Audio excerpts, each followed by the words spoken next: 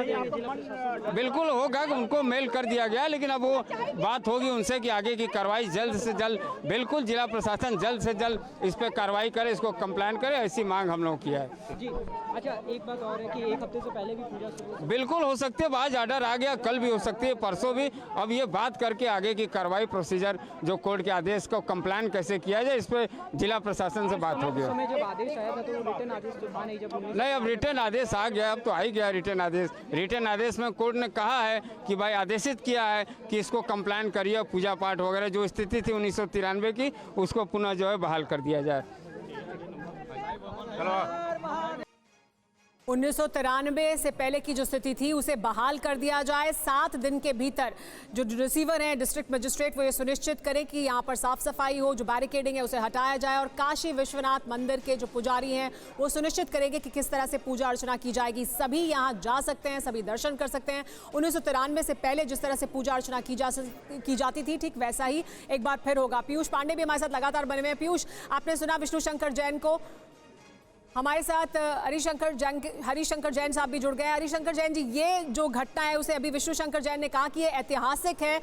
अयोध्या में राम मंदिर में ताला खुलने से तुलना की उन्होंने इस पूरे घटनाक्रम की, जो आज फैसला जिला कोर्ट की तरफ से दिया गया है। क्या आप भी ऐसा मानते हैं? हाँ, बिल्कुल सही है, ये बहुत बड़ा फैसला है। और यह जो अधिकार हमारा छीन लिया गया था 93 में, वो आज अधिकार मिल गया है। और मुझे उम्मीद है कि जिला मजिस्ट्रेट वहाँ अविलंब पूजा प्रारंभ कराएंगे, और यह पूजा सारे नागरिकों को, सारे भक्तों को मिलेगी। पूजा अधिकार भी एक व्यक्ति का नहीं है, सबका है।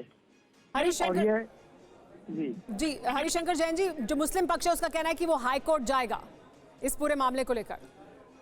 बिल्कुल, उनको अधिकार है, जा सकते हैं, हम कोई दिक्कत नहीं है, जाए।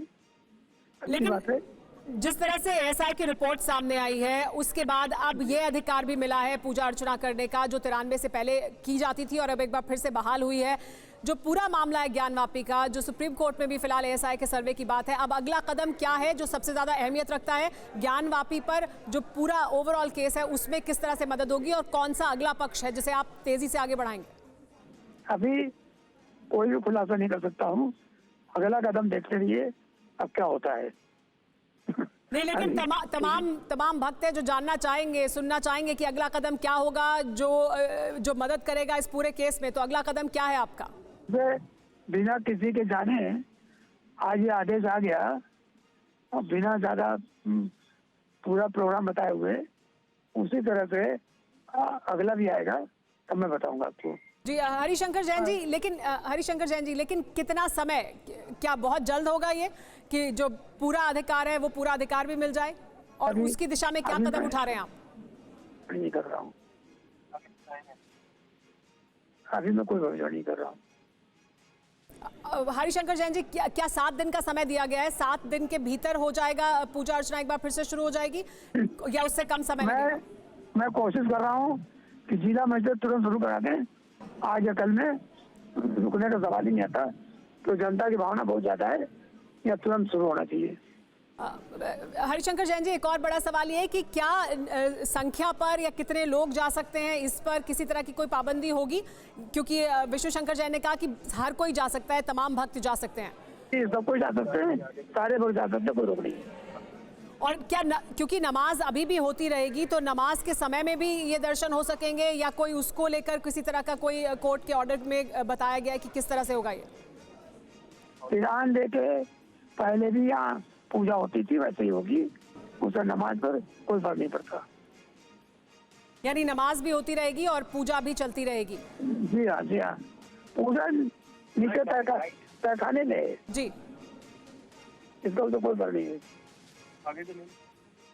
हरिशंकर जैन हमारे साथ जुड़े हुए थे, बहुत शुक्रिया सर आपका, जो ज्ञानवापी हिंदू पक्ष में वकील हैं, पूरे मामले को लेकर आगे बढ़े। और उनका ये कहना कि अगला कदम क्या होगा वो हमें अभी नहीं बता रहे हैं, लेकिन बहुत जल्द अगला कदम भी वो उठाएंगे जो मदद करेगा ज्ञानवापी पूरे केस को। लेकिन इस वक्त की ये बड़ी खबर और बड़ी जानकारी, ऐतिहासिक फैसला जिला कोर्ट का वाराणसी के। लेकिन क्या है ये पूरा मामला, आइए आपको बता देते हैं दरअसल क्या बड़ा फैसला आया है सामने और इससे किस तरह की स्थिति बदलेगी। तो ज्ञानवापी मामले में देखिए, ज्ञानवापी में मंदिर के सबूत मिले, जो एएसआई की रिपोर्ट सामने आई थी। तहखाने में क्या मिला है आइए आपको बता देते हैं। हिंदू देवी देवताओं की मूर्तियां मिली हैं। किन किन की मूर्तियां मिली हैं तहखाने में वो देखिए।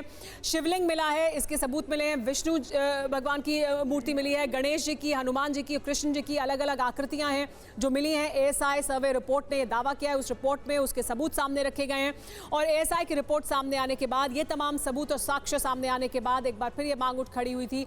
एक बार फिर ये याचिका लेकर जिला कोर्ट में पहुंचे थे वकील की व्यास जी के परिवार को फिर इजाजत मिलनी चाहिए, क्योंकि 93 तक वो पूजा अर्चना वहां करते थे। 93 में मौखिक आदेश के आधार पर पूजा अर्चना को रोक दिया गया था। एक बार फिर ये पूजा अर्चना शुरू की जाए और वाराणसी जिला कोर्ट की तरफ से अब ये बड़ा आदेश दे दिया गया है। पंकज हमारे साथ लगातार बने हुए, जो इस खबर पर नजर बनाए हुए हैं। पंकज, हरिशंकर जैन जी हमारे साथ मौजूद थे और उन्होंने कहा कि अगला कदम क्या होगा वो हम अभी नहीं बता रहे हैं, लेकिन उनके अगले कदम भी निर्धारित हैं, तय हैं, तेजी से आगे बढ़ रहे हैं वो इस मामले में। उन्होंने कहा कि देखिए ये भी नहीं मालूम था, लेकिन इस तरह का बड़ा फैसला आया है और अब ये 93 से पहले की स्थिति एक बार फिर सुनिश्चित कर ली जाएगी। जी हाँ, एक बहुत बड़ा फैसला है जिसकी बात और जिसका जिक्र जो है वो सभी कर रहे हैं, हिंदू पक्ष के वकील और हिंदू पक्ष के लोग भी। अब दो बड़े मामले हैं जिसमें अदालत के फैसले का इंतजार हो रहा है।